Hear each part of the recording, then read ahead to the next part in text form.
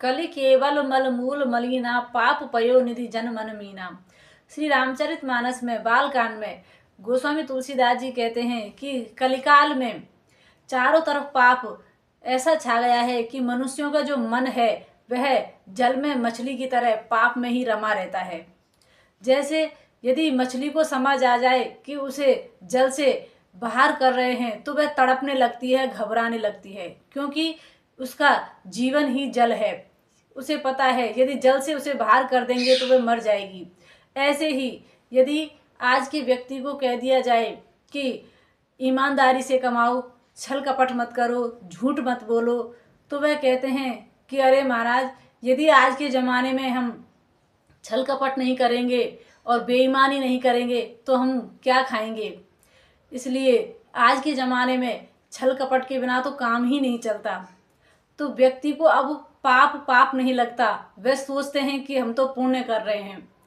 तो इसलिए हमें प्रभु के नाम में अपनी मन को लगाना चाहिए, क्योंकि प्रभु के नाम में वही सामर्थ्य है जो हमारे मन को शुद्ध कर सकता है।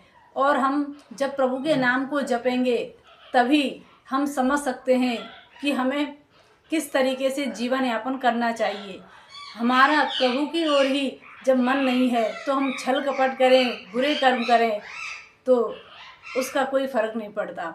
हमें प्रभु का नाम लेते हुए अपना जीवन यापन करना चाहिए और ये छल कपट छोड़ करके, क्योंकि यदि व्यक्ति को कह दिया जाए कि पाप मत करो तो वह कांपने लगता है, घबराने लगता है, वह पाप से दूर ही नहीं जाना चाहता। तो जो व्यक्ति पाप से दूर नहीं जाना चाहता तो वह मनुष्य है ही नहीं। अरे मनुष्य जीवन यदि लेकर आए हो तो प्रभु का गुणगान कर लो, कीर्तन कर लो, सत्संग कर लो, यही हमारे साथ जाने वाला है।